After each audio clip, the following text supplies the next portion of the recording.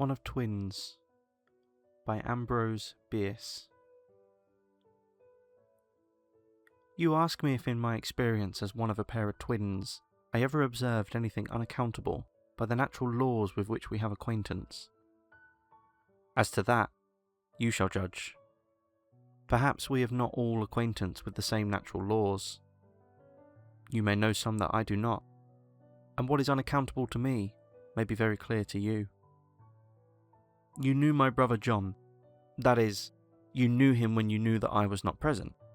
But neither you nor I believe any human could distinguish between him and me if we chose to seem alike. Our parents could not. Ours is the only instance of which I have any knowledge of so close resemblance as that. I speak of my brother John, but I am not at all sure that his name was not Henry, and mine John. We were regularly christened, but afterwards, in the very act of tattooing us with small distinguishing marks, the operator lost his reckoning, and although I bear upon my forearm a small H, and he bore a J, it is by no means certain that the letters ought not to have been transposed. During our boyhood, our parents tried to distinguish us more obviously by our clothing and other simple devices, but we would so frequently exchange suits, and otherwise circumvent the enemy, that they abandoned all such ineffectual attempts. And during all the years that we lived together at home, everybody recognised the difficulty of the situation, and made the best of it by calling us both Genry. I have often wondered at my father's forbearance in not branding us conspicuously upon our unworthy brows, but as we were tolerably good boys, and used our power of embarrassment and annoyance with commendable moderation, we escaped the iron. My father was, in fact, a singularly good-natured man, and I think quietly enjoyed nature's practical joke. Soon after we had come to California and settled at San Jose, where only the good fortune that awaited us was our meeting with so kind a friend as you. The family, as you know, was broken up by the death of both my parents in the same week. My father died insolvent, and the homestead was sacrificed to pay his debts. My sisters returned to relatives in the East, but owing to your kindness, John and I, then 22 years of age, obtained employment in San Francisco, in different quarters of the town. Circumstances did not permit us to live together, and we saw each other infrequently, sometimes not oftener than once a week. As we had few acquaintances in common, the fact of our extraordinary likeness was little known. I come now to the matter of your inquiry.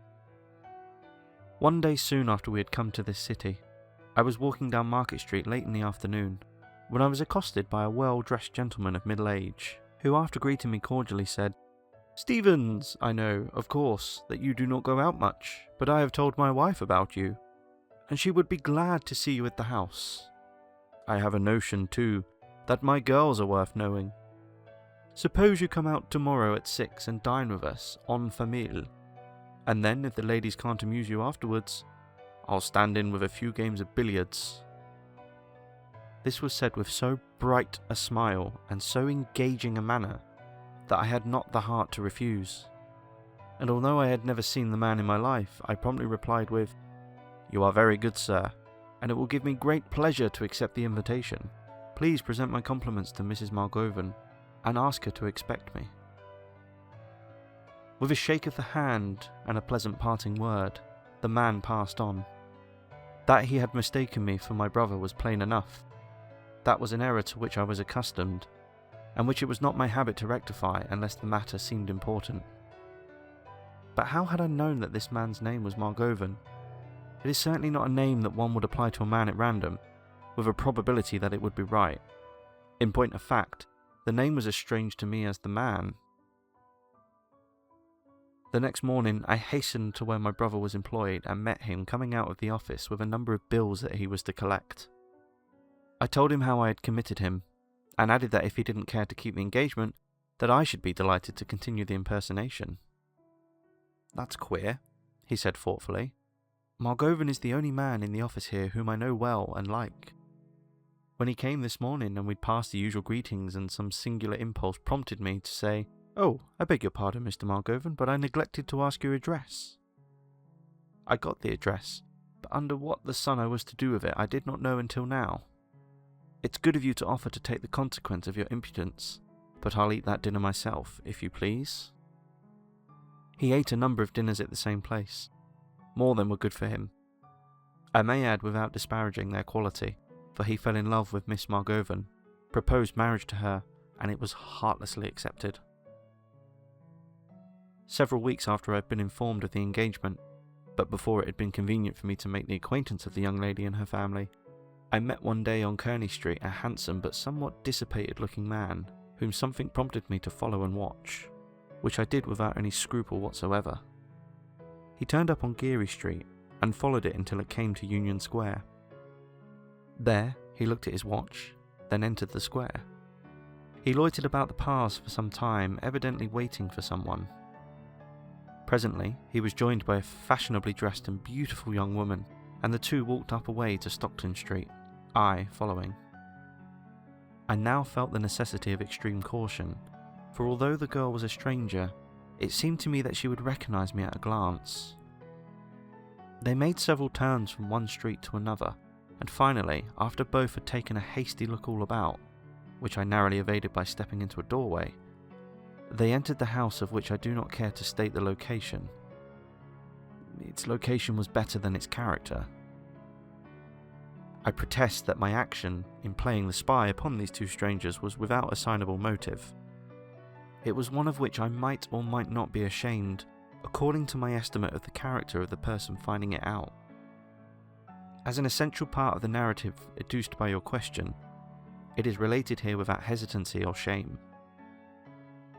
A week later, John took me to the house of his prospective father-in-law, and in Miss Margovan, as you have already surmised, but to my profound astonishment, I recognised the heroine of that discreditable adventure. A gloriously beautiful heroine of a discreditable adventure, I must in justice admit that she was, but that fact has only this importance. Her beauty was such a surprise to me that it cast a doubt upon her identity with the young woman I had seen before. How could the marvellous fascination of her face fail to strike me at the time? But no, there was no possibility of error. The difference was due to costume, light, and general surroundings. John and I passed the evening at the house, enduring with the fortitude of long experience and such delicate enough banter as our likeness naturally suggested. When the young lady and I were left alone for a few minutes, I looked her squarely in the face and said with sudden gravity, "You too, Miss Margovan, have a double. I saw her last Tuesday afternoon in Union Square." She trained her great grey eyes upon me for a moment, but her glance was a trifle less steady than my own, and she withdrew it, fixing it on the tip of her shoe. "Was she very like me?" she asked, with an indifference which I thought a little overdone. "So like," said I, "that I greatly admired her, and being unwilling to lose the sight of her, I confess that I followed her until— Miss Margovan, are you sure that you understand?" She was now pale, but entirely calm. She again raised her eyes to mine with a look that did not falter. "What do you wish me to do?" she asked. "You need not fear to name your terms. I accept them." It was plain, even in the brief time given me for reflection, that in dealing with this girl ordinary methods would not do, and ordinary exactions were needless. "Miss Margovan," I said, doubtless with something of the compassion in my voice that I had in my heart, "it is impossible not to think you the victim of some horrible compulsion. Rather than impose new embarrassments upon you, I would prefer to aid you to regain your freedom." She shook her head sadly and hopelessly, and I continued with agitation. "Your beauty unnerves me. I am disarmed by your frankness in your distress. If you are free to act upon your conscience, you will, I believe, do what you conceive to be best. If you are not, well, heaven help us all. You have nothing to fear from me but such opposition to this marriage as I can try to justify on other grounds." These were not my exact words, but that was the sense of them, as nearly as my sudden and conflicting emotions permitted me to express it. I rose and left her without another look at her, met the others as they re-entered the room and said as calmly as I could, I have been bidding Miss Margovan good evening. It is later than I thought." John decided to go with me. In the street he asked me if I had observed anything singular in Julia's manner. "I thought her ill," I replied. "That is why I left." Nothing more was said. The next evening I came late to my lodgings. The events of the previous evening had made me nervous and ill. I had tried to cure myself and attain to clear thinking by walking in the open air. But I was oppressed with a horrible presentiment of evil, a presentiment of which I could not formulate. It was a chill, foggy night. My clothing and hair were damp and I shook with cold. In my dressing gown and slippers, before a blazing grate of coals, I was even more uncomfortable. I no longer shivered but shuddered. There is a difference. The dread of some impending calamity was so strong and dispiriting that I tried to drive it away by inviting in real sorrow, tried to dispel the conception of a terrible future by substituting the memory of a painful past. I recalled the death of my parents, and endeavoured to fix my mind upon the last sad scenes at their bedsides and their graves. It all seemed vague and unreal, as having occurred ages ago and to another person. Suddenly, striking through my thought and parting it as a tense cord is parted by a stroke of steel, I can think of no other comparison, I heard a sharp cry, as of one in mortal agony. The voice was that of my brother, and it seemed to come from the street outside my window. I sprang to the window and threw it open. A street lamp directly opposite threw a wan and ghastly light upon the wet pavement and the fronts of the houses. A single policeman, with upturned collar, was leaning against the gatepost, quietly smoking a cigar. No one else was in sight. I closed the window, pulled down the shade, seated myself before the fire, and tried to fix my mind upon the surroundings. By way of assisting, by some performance of some familiar act, I looked at my watch. It marked 11:30. Again I heard that awful cry. It seemed in the room at my side. I was frightened, and for some moments had not the power to move. A few minutes later, I have no recollection of the intermediate time. I found myself hurrying along an unfamiliar street as fast as I could walk. I did not know where I was nor whither I was going, but presently sprang up the steps of a house before which were 2 or 3 carriages, and in which were moving lights and a subdued confusion of voices. It was the house of Mr. Margovan. You know, good friend, what had occurred there. In one chamber lay Julia Margovan, hours dead by poison. In another, John Stevens, bleeding from a pistol wound in the chest inflicted by his own hand. As I burst into the room, pushed aside the physicians and laid my hand upon his forehead, he unclosed his eyes, stared blankly, and closed them again slowly, and died without a sign. I knew no more until 6 weeks afterward, when I had been nursed back to life by your own saintly wife in your beautiful home. All of that you know, but what you do not know is this, which, however, has no bearing upon the subject of your psychological researches, at least not upon the branch of them in which, with a delicacy and consideration all your own, you have asked for less assistance than I think I have given you. One moonlight night several years afterward, I was passing through Union Square. The hour was late, the square deserted. Certain memories of the past naturally came into my mind as I came to the spot where I had once witnessed that fatal assignation, and with that unaccountable perversity which prompts us to dwell upon the thoughts of the most painful character, I seated myself upon one of the benches to indulge them. A man entered the square and came along the walk toward me.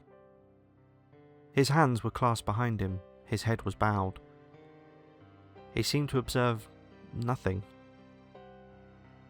As he approached the shadow in which I sat, I recognised him as the man I'd seen meet Julia Margovan years before at that spot.